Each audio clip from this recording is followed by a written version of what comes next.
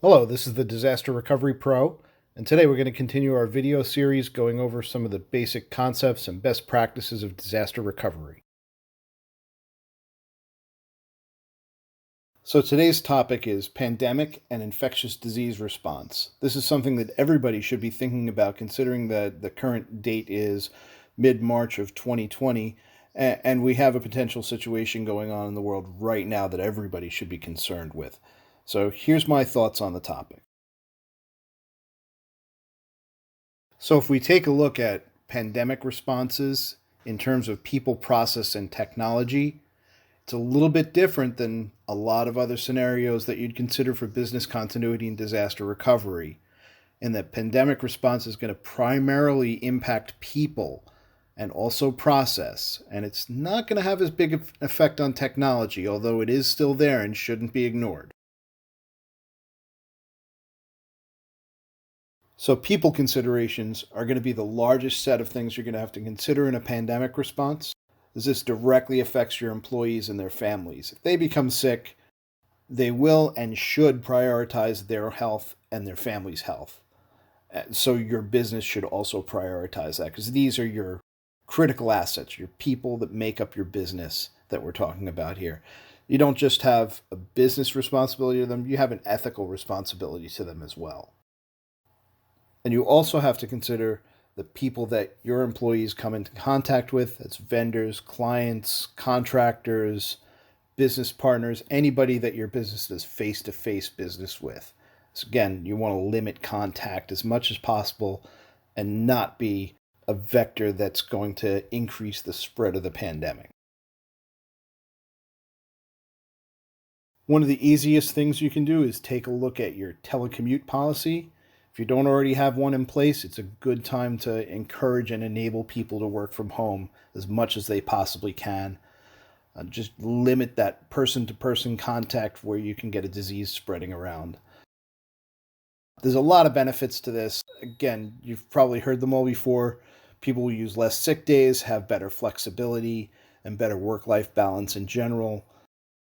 When you have your workforce geographically distributed and not all in one, say, metro area that can be taken out by a hurricane, you'll find that your business operations are easier to keep running.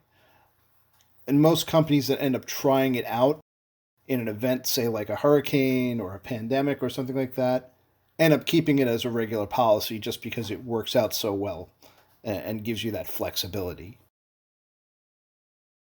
And if you're not already doing so, you should encourage your employees to use teleconferences instead of in person meetings as much as possible, and especially during the pandemic period. This is also a good time to take a look at your sick day policy. You may want to consider relaxing it a little bit or grant extra sick days usable during the pandemic period for your employees that are infected by the pandemic or have family members impacted by the pandemic. Again, you want your staff to have some peace of mind. You want them to know that you have their back.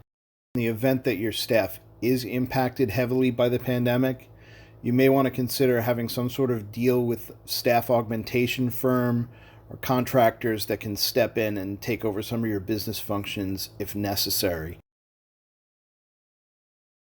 So, you're going to want to protect your employees that have to come into the office to do their work. And you're going to do that through some practical considerations, thinking about cleaning and hygiene and about your site entry policies. Again, you want to make sure that you raise awareness among your staff about cleanliness, put up signs telling them to wash their hands frequently and things like that. You want to make sure you have plenty of cleaning supplies around, even going as far as having gloves and face masks. And you should also have your cleaning staff prepared to clean common areas, bathrooms, break rooms, etc., more often than normal during the pandemic.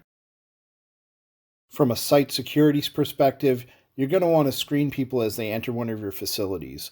You should openly restrict personnel who are visibly ill from entering, because you never know if they actually have the pandemic. You're not medical staff, so you're not going to know.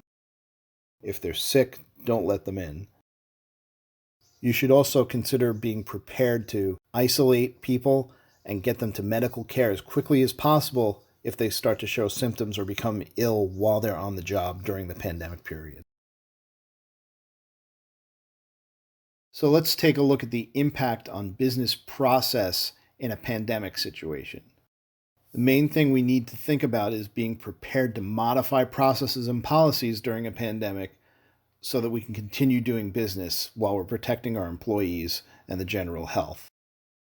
Another thing to consider is there's going to be impacts to the people you do business with, whether they're business partners, vendors, or clients. So you're going to have to be able to respond to the impacts to them as well as the impacts to your own business.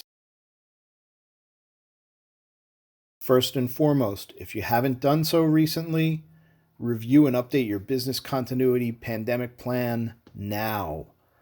The nature of the current impending threat may be something that you haven't fully considered in your current plan, and you really want to take the time to re-socialize that plan with your staff. Things may have changed. Even if you've updated it recently, the current situation may be different. There may be different information out there in the news, a slightly different threat. Review that plan, make sure it's up to date and relevant to the current threat. You should also take a look at your upcoming schedule. Do you have projects or events that require large numbers of your staff to meet in person? You may want to consider delaying those or putting them off until the pandemic's over.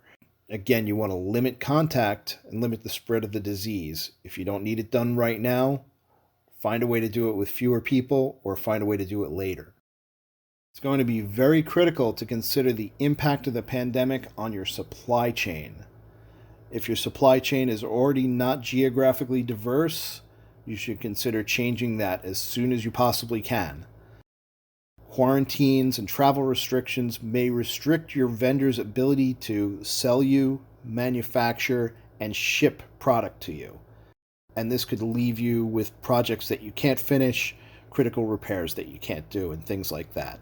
If you don't already have alternate suppliers in different regions, prioritize finding them now and make it part of your ongoing business continuity plan.